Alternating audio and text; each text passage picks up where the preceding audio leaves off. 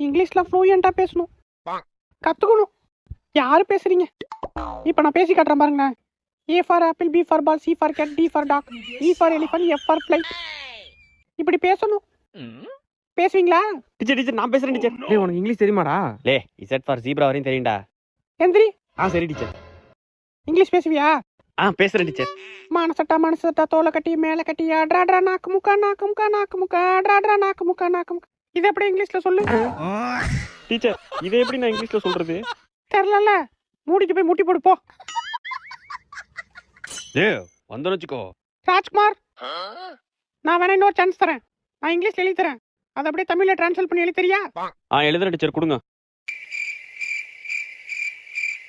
PURESURE. Teacher எழுதிட்டேன், இந்தாங்க.